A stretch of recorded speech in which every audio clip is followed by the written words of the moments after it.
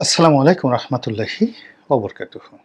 সম্মানিত দর্শক, বাংলাদেশ আওয়ামী লীগ এবং আওয়ামী লীগের সরকার এবং সরকারের সাথে যারা সুবিধাভোগী বিভিন্ন শ্রেণী রয়েছে, তারা সবাই ইতিহাসের সবচেয়ে সংকটময় একটি মুহূর্ত সেটি অতিক্রম করছে। এবং এই সময়টিতে বাংলাদেশে যখন বাংলা বসন্ত চলছে, রাজপথে যখন কৃষ্ণচূড়ার ফুল ফুটেছে এবং আন্দোলনের যারা পাখি তারা যখন গণতন্ত্রের গান গাইছে, সে গান শুনে অনেকে পালাচ্ছে।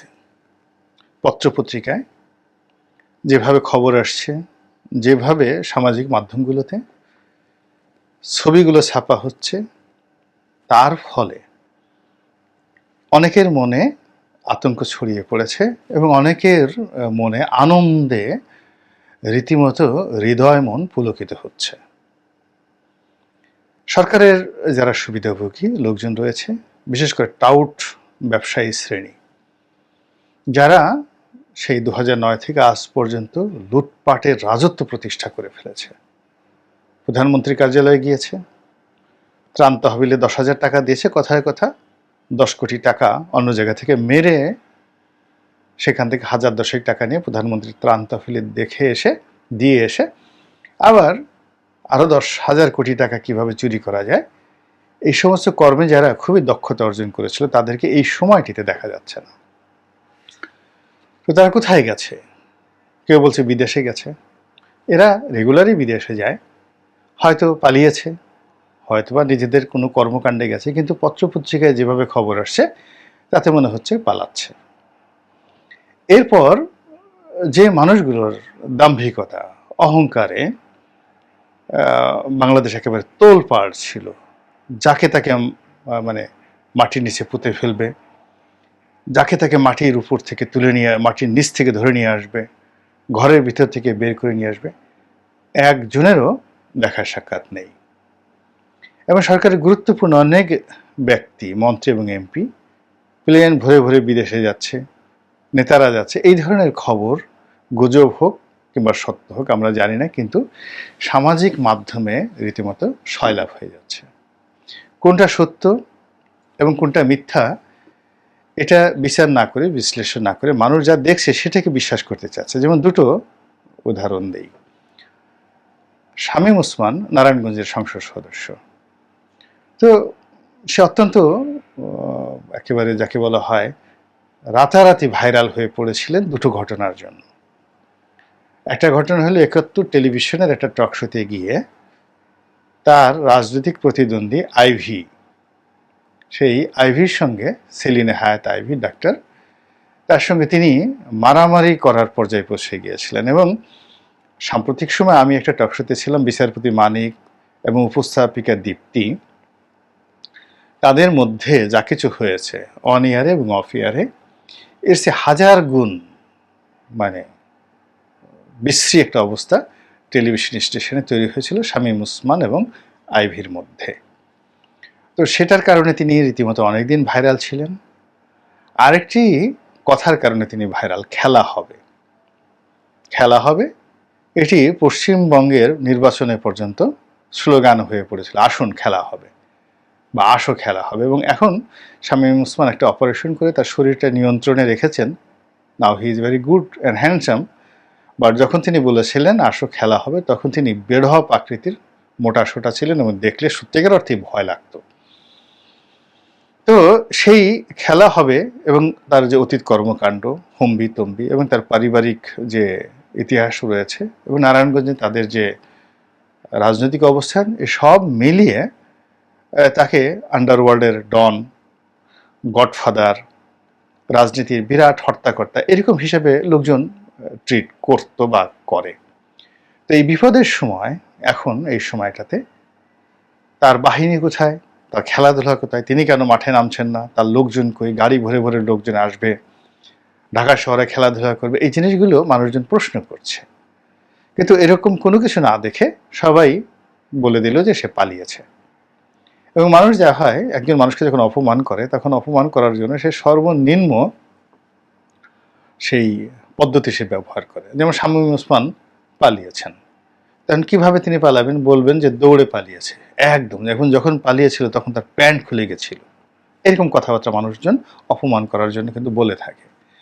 তারপর ইদানিং আরেকটা জিনিস হলো যে বোরকা পরে, মানে বড় বড় পুরুষ যারা আছে বোরকা পরে তিনি পালিয়েছেন। এবং শামীম ওসমানকে এই আধুনিক প্রযুক্তির যুগে বিভিন্ন এআই দিয়ে তার শরীরে বোরকা পরিয়ে, পায়ে হিল পরিয়ে, তারপরে সেই বোরকার মধ্যে আবার খুস্কি দেওয়া, ভুকু দেওয়া, আমরা যেটা আঞ্চলিক ভাষায় বলি, এরকম ছবি বানিয়ে অনেক মানুষ ট্রল করেছে, প্রচণ্ড ট্রল করেছে। তো যাই হোক, এরকম যখন এই সময়টিতে এই গুজব আসলো, আসার পরে শামীম ওসমান বললেন যে না, আমি পালাইনি। তিনি একটা আওয়ামী লীগের সংবাদ সম্মেলনে, তিনি সাধারণত এই ক্ষেত্রে কখনো উপস্থিত হন না, তো তিনি সেখানে বলতে গেলে সেই একেবারে তার কর্মী হওয়ার উপযুক্ত এরকম লোকদের পাশে বসে কেবলমাত্র নিজের ইজ্জত বাঁচানোর জন্য, সম্মান বাঁচানোর জন্য বা জানান দেওয়ার জন্য যে তিনি যে পালাননি, এটি তিনি প্রমাণ করার জন্য একটা সংবাদ সম্মেলনে উপস্থিত হয়েছেন। কাজেই শামীম ওসমানের পালানোর বিষয়টি গুজব। দ্বিতীয় যে বিষয়টি খুব দৃষ্টিতে এসছে সেটা হলো এই যে ঢাকা মহানগর আওয়ামী লীগের দুটো অংশ, উত্তর এবং দক্ষিণ। তো দক্ষিণ সিটি কর্পোরেশনের মেয়র ব্যারিস্টার ফজলে নূর তাপস, এবং তিনি দক্ষিণ এই এলাকার যাকে বলা হয় আওয়ামী লীগের সমন্বয়ক। তো তিনি আপাতমস্তকে একজন ভদ্রলোক মানুষ, সারা জীবন ছিলেন, কিন্তু তার কিছু সাম্প্রতিক কর্মকাণ্ডে তার মধ্যে একটা ডনগিরি ফুটে উঠেছে। এক ধরনের সেই শামীম ওসমান টাইপেরই খেলা হবে এরকম বেশ কিছু দাম্ভিকতাপূর্ণ বক্তব্যের জন্য তার সেই যে আগের ক্লিন ইমেজটা, এটা এখন আর নেই। তো এই ভদ্রলোককে টার্গেট করে তিনি বিদেশে পালিয়ে গেছেন সপরিবারে, সিঙ্গাপুরে। এরকম একটা ছবি বিমানের মধ্যে তিনি কেবিনে কিছু রাখছেন বা সিট খুঁজছেন। ছবিটা পুরনো হতে পারে, সাম্প্রতিক হতে পারে, ডাজ নট ম্যাটার, কিন্তু সামাজিক মাধ্যমে গুজব ছড়িয়ে পড়েছে যে তিনি দেশ ত্যাগ করেছেন। এবং এটা এত ব্যাপকভাবে হচ্ছে যে শামীম ওসমান সাহেবের মতো তিনি কিন্তু এখনো বলেননি যে আমি দেশে আছি বা বাংলাদেশে আছি, অথবা তিনি এগুলো কেয়ার করছেন না। এর বাইরে অর্থমন্ত্রী, তিনি দেশের বাইরে আছেন। তারপর এই বাংলাদেশ ব্যাংকার্স অ্যাসোসিয়েশনের এক নেতা আছেন, দাড়িওয়ালা ভদ্রলোকের নাম আমি জানি না, ও নাম মনে আসছে, নজরুল ইসলাম মজুমদার, এক্সিম ব্যাংকের চেয়ারম্যান, আবার ব্যাংকার্স অ্যাসোসিয়েশনের চেয়ারম্যান, তাকে নিয়েও বলছে যে তিনিও দেশের বাইরে আছেন। তো বিভিন্ন রকম যে গুজব, এই গুজবের বাইরে আবার আরও গুজব যে যারা সাধারণ নেতাকর্মী তারাও গা ঢাকা দিয়েছেন, কেউ দেশের বাইরে গেছেন বা কেউ প্রকাশ্যে আসছেন না। তো এখন আওয়ামী লীগের এই সময়টিতে যে রাজনৈতিক তৎপরতা দেখানো দরকার, যে সাহস দেখানো দরকার, সন্ত্রাস দরকার নাই, কিন্তু অ্যাটলিস্ট আওয়ামী লীগ অফিসগুলো খুলে বসে অফিসের মধ্যে একটু চা বিস্কিট খেলেও কিন্তু মন্দ হতো না। আর সন্ত্রাস করার দরকার নেই, তারা শান্তি মিছিল করতে পারত। তারা সাদা পতাকা নিয়ে, সাদা গেঞ্জি পরে, সাদা প্যান্ট পরে তারা ছাত্রদের কাছাকাছি না গিয়ে নিরাপদ দূরত্ব থেকে তারা কিন্তু অবস্থান নিতে পারত। তো এই জিনিসগুলো না করে অতীতের মতো যে কুড়াল নিয়ে, খুন্তা নিয়ে, কোদাল নিয়ে, পিস্তল নিয়ে তারা রাজপথে আসবেন, এই আশাটা এখন আর করা যাচ্ছে না। এটা করা যাচ্ছে না।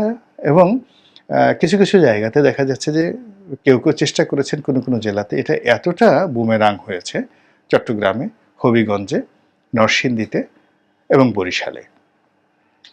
এর ফলে কি হলো, ওই এলাকার আওয়ামী লীগের যারা সাধারণ নেতাকর্মী তারাও কিন্তু বিপদে পড়েছেন, যারা কখনোই সন্ত্রাসের মধ্যে যেতেন না।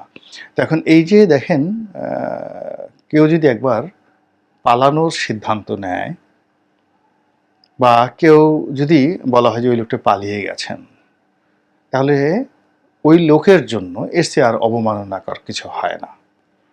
এখন আমি আছি, জীবিত আছি, বেঁচে আছি, এখন আমাকে যদি বলা হয় যে মিস্টার রনি পালিয়ে গেছেন, প্রথমত এটা আমার জন্য একটা জুতো পেটা। আমি যতবার বলি না কেন যে আমি পালাইনি, কিন্তু কোনো লাভ হবে না। লোকজন, আমি যতই হুম্বিদম্বি করি না কেন, লোকজন আমার সম্পর্কে যেটা ধারণা করে সেটা হলো এই লোকটি একটি আমড়া কাঠের ঢেকি, এ শুধু কসকস করে, বড় বড় কথা বলে, কিন্তু ধান বাঁধতে পারে না। ধান ভাঙাতে পারে না, চাউল বানাতে পারে না, ঢেকির কাজ করতে পারে না, আমড়া কাঠের ঢেকি, যা দিয়ে কোনো কাজ হয় না। তো কাজে যখন তাকে সত্যিকার অর্থে কর্মের জন্য প্রয়োজন হয়, সে তখন বীরের মধ্যে মাঠে না এসে সে তখন পালিয়ে যায়। এরকম যদি কারো সম্পর্কে ধারণা থাকে, তাহলে সেই আমড়া কাঠের ঢেকি পালাক বা না পালাক, তাকে লোকজন ধরে নিয়ে সে পালিয়ে গেছে। তা আমাদের এই সমাজে অ্যাকশন, রিঅ্যাকশন, প্রোঅ্যাকশন, এই তিনটি কথা আছে। সেটি হলো যে আপনি সবসময় ইতিবাচক অর্থে কাজকর্ম করবেন, এটিকে প্রোঅ্যাক্টিভ বলা হয় বা প্রোঅ্যাকশন বলা হয়। আর অ্যাকশন অবস্থা বুঝে ব্যবস্থা নেওয়া, এটিকে বলা হয় অ্যাকশন। আর রিঅ্যাকশন যেটি হয় সেটি হলো আপনি রাগে উন্মত্ত হয়ে পাগলের মতো আপনি আচরণ করলেন, এবং রিঅ্যাকশনটা প্রায়ই ধ্বংসাত্মক হয়। তো আমরা অনেক যুদ্ধকে বলি যে যুদ্ধ জীবন বাঁচায়, যুদ্ধ জনপদ বাঁচায়, যুদ্ধ স্বাধীনতা এনে দেয়, যুদ্ধ মানুষের জীবনকে তার অনিবার্যতা, বেঁচে থাকার অনিবার্যতা প্রমাণের সুযোগ করে দেয়। কিন্তু যেখানে অ্যাকশনের পরিবর্তে প্রো অ্যাকশন কাজ করে না করে এখানে রিঅ্যাকশন কাজ করে, তো সেখানে যুদ্ধের নামে প্রতিহিংসা চালানো হয়, যুদ্ধের নামে অত্যাচার চালানো হয়, তাণ্ডব চালানো হয়, অনেকটা হালাকু, হিটলার এবং চেঙ্গিস খানদের মতো করে। এখন আমাদের এই যে সমাজ, এই সমাজে ছাত্ররা যে নতুন বসন্ত সৃষ্টি করেছে, ছাত্ররা যে বিক্ষোভ করেছে, আন্দোলন করছে, এটিকে মোকাবেলা করার জন্য যারা শাসক দলে আছেন তাদের বীরত্ব লাগবে, প্রোঅ্যাক্টিভ হতে হবে এবং নিদান পক্ষে অ্যাক্টিভ হয়ে তাদের মাঠে দাঁড়াতে হবে, এবং এই কাজটি যারা করতে পারবেন তারাই সত্যিকার সাহসী। আর এই সময়টিতে কেউ যদি গা ঢাকা দেন, অসুস্থ হয়ে পড়েন, পালিয়ে যান, বা বলতে থাকেন যে আমি পালাইনি কিন্তু আমি কিছু করিও না, আমি কি করি, আমি চুপচাপ থাকি, এরকম যারা করেন, আপনি তাদেরকে আর যাই বলেন না কেন এই সময়টিতে সাহসী বলা যাবে না। আওয়ামী লীগ একটা ঐতিহ্যবাহী দল। এই কয়দিন আগে ওবায়দুল কাদেরের কথায় কান ঝালাপালা হয়ে যাচ্ছিল, আন্দোলন কাহাকে বলে, বিএনপি কোনোদিন আন্দোলন করতে পারবে না, জামাত শেষ, বাংলাদেশে আওয়ামী লীগের কাছ থেকে আন্দোলন শিখতে হবে, আওয়ামী লীগ আন্দোলনের স্কুল খুলে বসেছে। এখন এ সকল যে কথাবার্তা জনাব ওবায়দুল কাদের থেকে শুরু করে অন্যান্য যারা বিভিন্ন সময়টাতে বলেছেন, বা শামীম ওসমান সাহেব বলেছেন খেলা হবে, তো নারায়ণগঞ্জে এত বিশ্রী খেলা হয়ে গেল, পুরো সিটি কর্পোরেশন পুড়িয়ে দেওয়া হলো, পাসপোর্ট অফিস পুড়িয়ে দেওয়া হলো, পিবিআই অফিস পুড়িয়ে দেওয়া হলো। জনাব শামীম ওসমান সাহেবের খেলার যে প্লেয়ার, তার যে সেট, তারা কোথায় ছিল?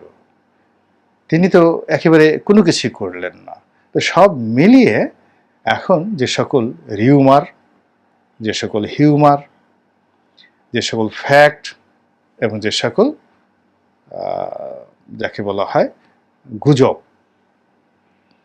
এই মুহূর্তে বাংলাদেশে চলছে, তার অ্যাগেনস্টে যে সকল আওয়ামী লীগের যারা শক্তিশালী লোক হিসেবে দীর্ঘদিন পরিচিত ছিল, তারা সত্যিকার অর্থে ইতিহাসের একটা সংকটময় সময় পার করছেন। এবং এর থেকে এই যে আওয়ামী লীগের যে অবস্থা হলো, বা অতীতে বিএনপির যে অবস্থা হয়েছে, অতীতে জাতীয় পার্টির যে অবস্থা হয়েছে, অনাগত দিনে যারা ক্ষমতায় আসবেন তারা যদি এই শিক্ষাটা মাথার মধ্যে রাখেন, তাহলে তাদের নিজেদের যেমন উপকার হবে, দেশের উপকার হবে। আল্লাহ আমাদের সবাইকে হেদায়েত দান করুন এবং হেফাজত করুন। আসসালামু আলাইকুম ওয়া রাহমাতুল্লাহি ওয়া বারাকাতুহু।